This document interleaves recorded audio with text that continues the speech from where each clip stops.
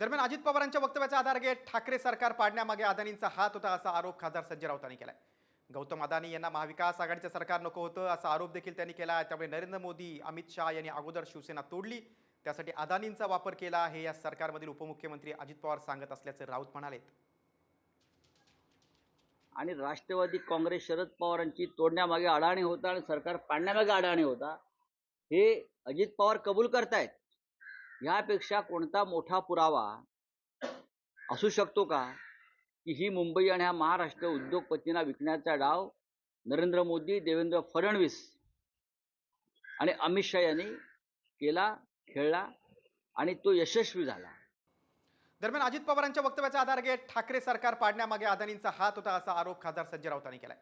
गौतम अदानी यांना महाविकास आघाडीचं सरकार नको होतं असा आरोप देखील त्यांनी केला. त्यामुळे नरेंद्र मोदी अमित शहा यांनी अगोदर शिवसेना तोडली, त्यासाठी अदानींचा वापर केला हे या सरकारमधील उपमुख्यमंत्री अजित पवार सांगत असल्याचं राऊत म्हणालेत.